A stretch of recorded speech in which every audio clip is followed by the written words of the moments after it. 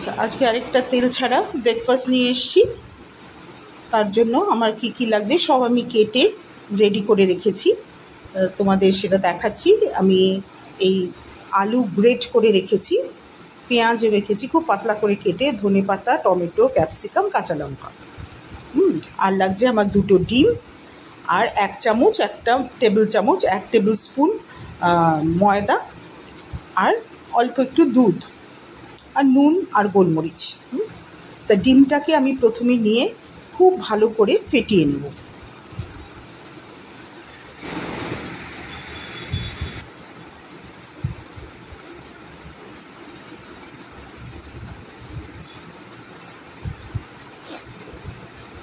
একটু নুন দিয়ে, পরিমাণ মতো নুন দেব, একটু বেশি দেবো কারণ এর মধ্যে অনেক কিছু পড়বে, তাই দিয়ে এবার 1 চামচ 1 টেবিল স্পুন ময়দা দিয়ে দিলাম। দিয়ে এবার খুব ভালো করে নেড়ে নেব। নিয়ে এবার তার মধ্যে একটু দুধ দিয়ে দেবো। দুধ দিয়ে খুব ভালো করে গুলে নেব ব্যাপারটাকে।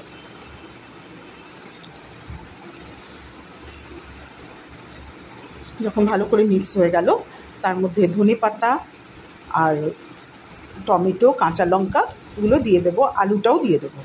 দিয়ে আবার ভালো করে মিশিয়ে নেব। আর এদিকে পেঁয়াজগুলোকে নিচে দিয়ে দেবো, ক্যাপসিকামগুলোকেও এর মধ্যে সাজিয়ে দেবো।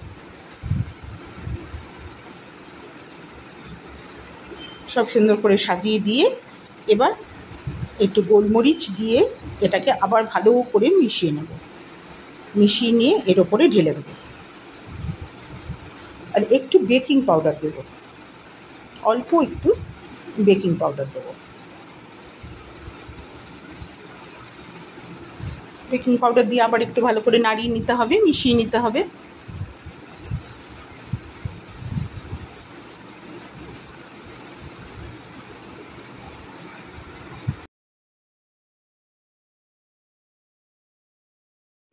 আমার কাছে একটু ড্রাই ফ্রুটস ছিল, সেটাও একটুখানি ওপরে ডেকোরেশনের জন্য সাজিয়ে দিলাম। আর এটা একটু টক খেতে ভালোই লাগবে আর কি। তো এটাকে 5 মিনিটে যদি না হয় তাহলে আবার আরেকটু করবো, আর একটু বেক করবো।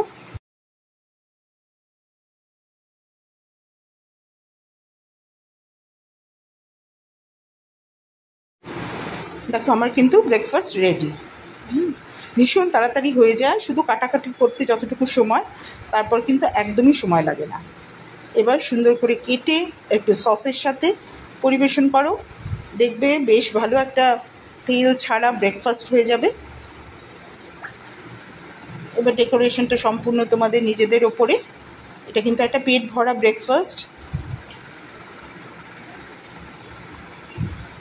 দেখতেও সুন্দর লাগবে, খেতেও ভালো লাগবে। এর সাথে একটু ফল নিয়ে নাও, বাস হয়ে গেল। যারা দুধ খাও 1 কাপ দুধ, সঙ্গে একটু ফল, আর কিচ্ছু চাই। যদি আমার রেসিপি ভালো লাগে তাহলে লাইক, শেয়ার আর কমেন্ট করো। সবাই করে দেখো কেমন লাগে, দেখবে ভালো লাগবে। একটা নতুন রেসিপি।